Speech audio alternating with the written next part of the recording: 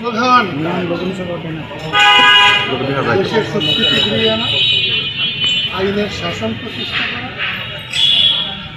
শেখ হাসিনার নেতৃত্বে আওয়ামী লীগকে যে স্বৈরাচার বলা হচ্ছে সেই স্বৈরাচারই এখন চলবে না। মানুষের যত নিরাপত্তা থাকে, সম্মান থাকে, এটার জন্য আমার বাসায় আক্রমণ করেছে। যদি এটা সম্ভব হয় তাহলে দেশে তো সকলের বাসায় আক্রমণ করা সম্ভব। কারণ নিরাপত্তা নাই। হ্যাঁ, এটা যদি পাকিস্তান হয়ে যেত, আমি পাকিস্তান ভেঙেছিলাম, তার জন্য আইনানুক আমার ফাঁসি হয়ে যেত, আমার এতে তো কোনো আপত্তি ছিল। সেই জন্য বলছি দেশে আইন শৃঙ্খলা। আপনি তাকিয়ে দেখেন কতজন পুলিশ এসছে, ওই যে দেখছেন যখন বাড়ি ভাঙছে তখন একজন পুলিশ ছিল। এইটা হচ্ছে আমাদের প্রশাসন পরিচালনার ব্যত্যয়, আমাদের বুদ্ধির অভাব। আমি গতকালকেই বলেছি, আমার বাড়ি যদি ধ্বংস করে দিলে যদি দেশে শান্তি হয় তাতেই রাজি। 20 বছর বয়স হয়ে গেছে, সেই জন্য বলছি, সরকারকেও বলছি, যারা আন্দোলন করে শেখ হাসিনার পতন ঘটিয়েছে, শেখ হাসিনার পতন আর মুক্তিযুদ্ধের পতন এক কথা না। শেখ হাসিনার পতন আর বঙ্গবন্ধুর পতন এক কথা না। শেখ হাসিনার পতন আর স্বাধীনতার পতন এক কথা না। এই জিনিসগুলো এখন কেউ কেউ বুঝতে চাচ্ছেন না।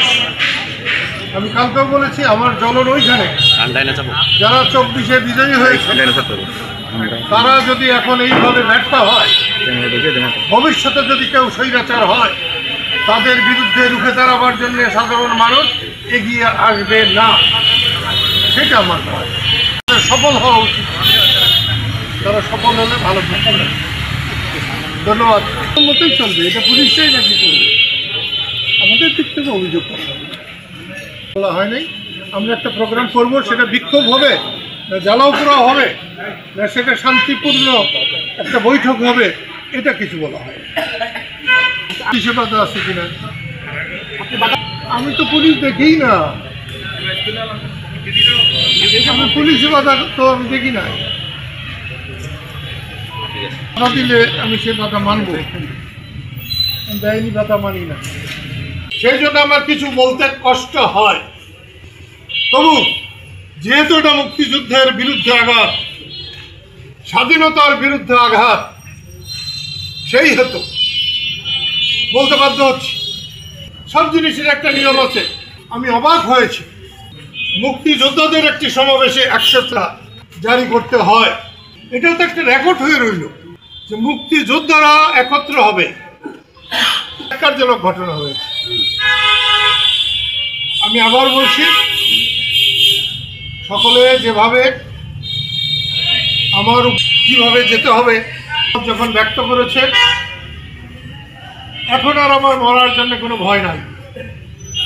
কিন্তু আমি চাই দেশে শৃঙ্খলা থাকুক।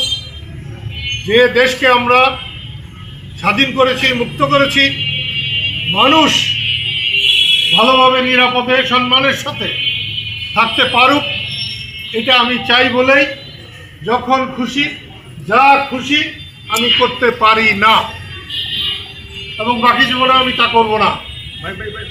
কিন্তু যতদিন বাংলাদেশ থাকবে ততদিন জয় বাংলা থাকবে, যতদিন বাংলাদেশ থাকবে ততদিন বাংলাদেশের পিতা বঙ্গবন্ধু শেখ মুজিব থাকবে। আমি আবারও বলছি, যারা হটকারী করছেন তারা শেখ মুজিব আর শেখ হাসিনাকে একসাথে মিলাবেন না, আপনাদের খুঁজে পাওয়া যাবে না।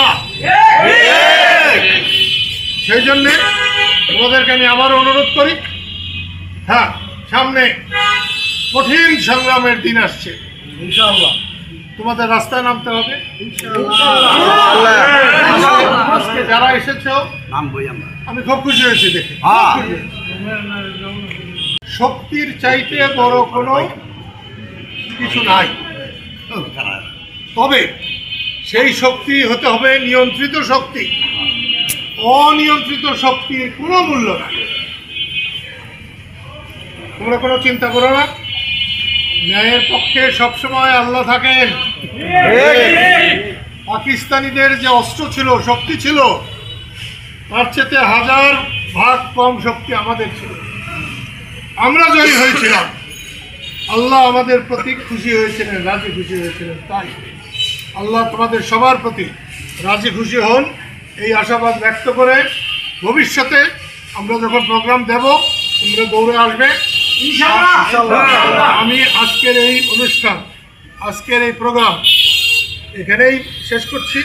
পুলিশ সাহেবরা বাইরে খাড়িয়ে রয়েছে, ওনাদের লাঠি লুটির যত কোনো প্রয়োজন না হয় আমি আজকে এখানেই শেষ করলাম। যেদিন আমরা রাস্তায় নামবো সেদিন লাঠি না, বন্দুকও কিছু করতে হবে।